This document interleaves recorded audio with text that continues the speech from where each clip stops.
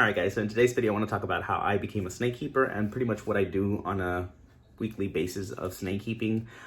So a little bit of backstory just to start off. When I was 16, I started getting into snakes. I did see Snake Bites TV and stuff like that, and that's when I got into like snakes. So I ended up buying ball pythons, corn snakes, king snakes, Kenyan sandboas, hog noses. I had all these snakes, and yeah, I started becoming a breeder. I started breeding a lot of high-end morphs, and yeah, I was good in the reptile community as a young guy. When I was 20, college got a little more serious, and I didn't have a lot of money, so I ended up selling all my snakes, and I made a really good profit, which was not the biggest thing in my mind, because I love these animals, but that helped pay for college, which was good. After I finished college, I started the hobby again. So this was about 2 years ago when I restarted the hobby. And I love it. I stuck to Kenyan sandboas and hognoses specifically because I know a lot about them. I did my research for so many years. Even though when I was in college, I still kept up with them. So it was really hard work. Don't think that you're just gonna become a breeder just because you buy a bunch of snakes. It's a process, guys. So main thing is patience, and that's what I'm doing right now. I started off with like 3 hognoses and 2 Kenyan sandboas 2 years ago, and now I'm at 12 hognoses and 5 Kenyan sandboas. And I do have a clutch of hognoses coming in, but those are already marked for, so they're gonna be given away to someone, or not given away, sorry, they're being sold already.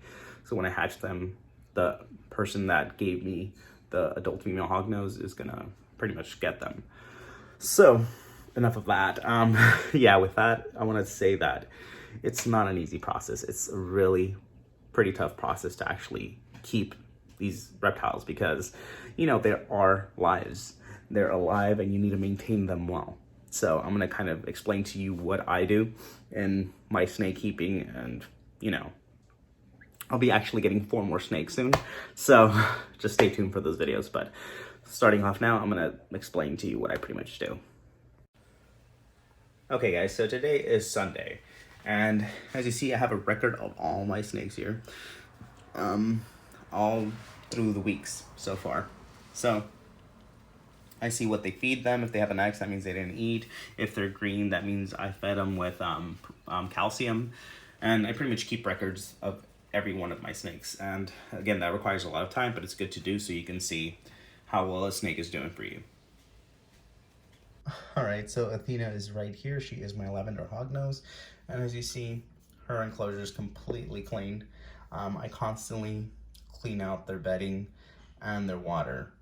They ate today, so I pretty much feed them every Wednesday and Sunday, and I stick strictly to that schedule so they can, you know, grow healthy. Now, she's still hissy, but eventually I'm gonna get her into a tamed mode. But one of the things you have to know is you have to constantly keep their enclosures clean.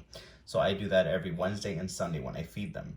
I clean out all their poop and clean out all their water.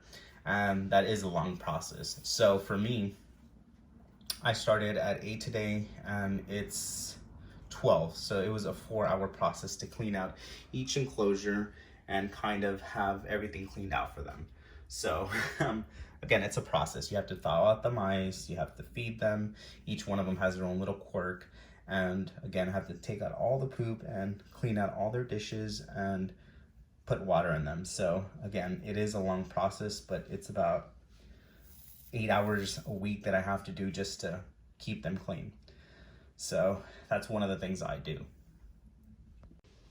Okay, so as you see, I constantly have hand sanitizer. I have to make sure that my hands are constantly clean when I touch them and stuff like that, because I don't want to spread bacteria or any of that stuff. I constantly also have fresh water for them, so even though they get it dirty daily, I make sure that they have fresh water.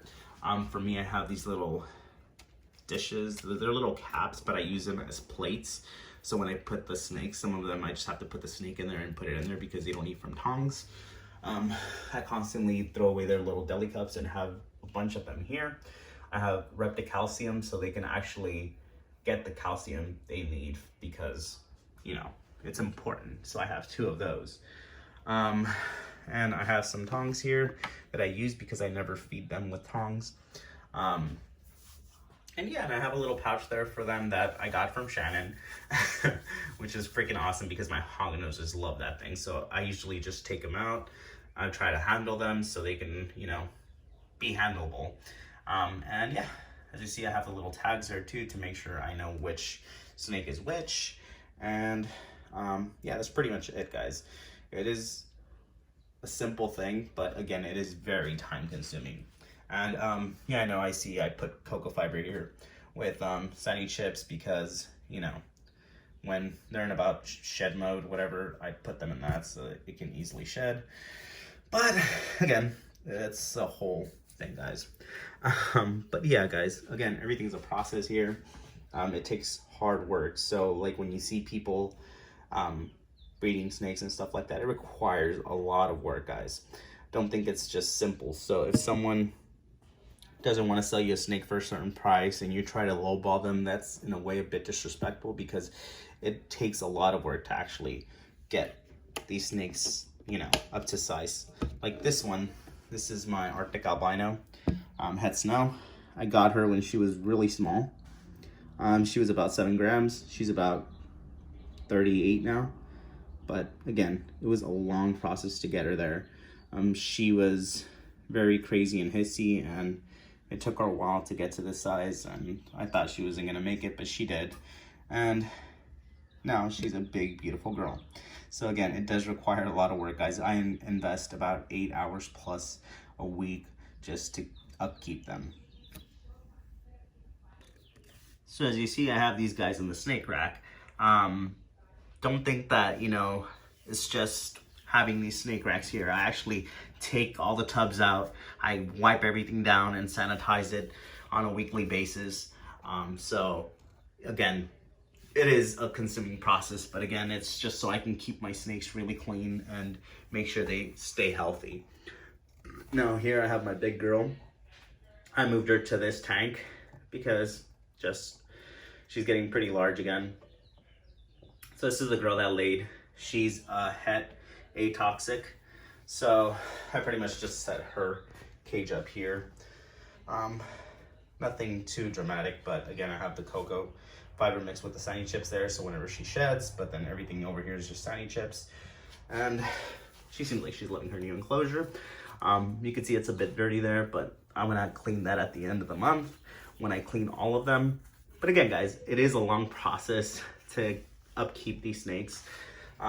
So again, just make sure if you're gonna become a breeder, you know what you're getting yourself into, and you need to make sure that you're actually gonna invest all this time to, you know, keep them up and clean and maintained and all that stuff. So again, clean water, clean everything. I do that on a daily basis usually, but I usually clean out all the poop, all that stuff, and just know that hog noses have a really smelly poop.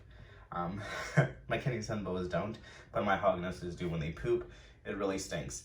And I do have them in my room, so I use this thing, what's that thing called? The Febreze, there you go.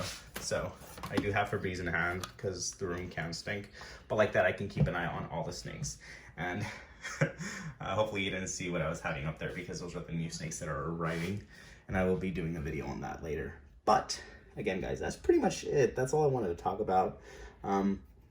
It's a process, guys, but if you're going to be a snake breeder, just know that there is a lot of work in it. It is technically like a second job, so just be fully aware of that. And again, thank you guys for watching. If you liked the video, please like, share, and subscribe. If you want to see other videos, please check them out. I feel like they're really helpful. And oh my gosh, as you see right there, I just filled up the water, cleaned it up, and she tossed it out. So she got a little crazy. But again, I'm gonna have to take it out and I'm gonna have to refill it. And that little girl there, look. Ugh, I literally did this like an hour ago and now I have to re-clean her enclosure. But that's the thing about being a snake keeper. So again, thank you guys for watching, and I will see you guys in the video. So peace out.